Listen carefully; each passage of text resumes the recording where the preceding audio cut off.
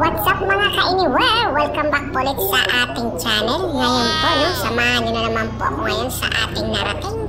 Ito nga po ay nandito po tayo ngayon sa may Grotto Church.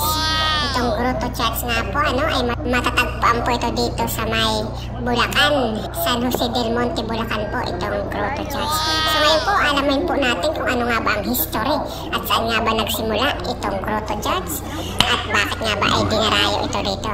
Ano pa pong inaantay natin? Tara, samahan niyo po ako at ikutin po natin at kung ano meron dito. Let's go! Unang napansin ko nga po ay talaga pong napakarami pong tao dito sa area na to. So dahil ngayon po ay Semana Santa rin, kaya talagang napakarami pong tao pumasok. Saka ang dami pong basura na aking napansin sa mga gilid-gilid po. Talaga pong wala pong respeto yata yung mga tao dito na pumapasok, no? Talagang tapon na sila ng tapon ng basura po. So ngayon po, nandito po tayo ngayon sa entrance po, nung papunta po ito sa may Station of the Cross. So mag-Station of the Cross po tayo, papasokin po natin ngayon. So ito, napansin ko po dito, bago po tayo pumasok, may nakalagay po dito na itong area daw po ay hindi po dating area, no? So ito po ay sambahan. So ayan nga po, nandito na tayo sa loob. Ayan, napansin niyo po, talagang ang dami rin pong tao. Saka ang dami pong mga nakaupo sa gilid-gilid, no? May mga naglalagay lang po sila ng sapin. So nagkakainan sila. Ayan po, parang ginawa po nilang piknikan. So parang ginawa nilang park. So ayan, mapansin niyo po, talagang dami pong tao, no? Saka ang basura nga po, pansin niyo po, nagkakalat po, no?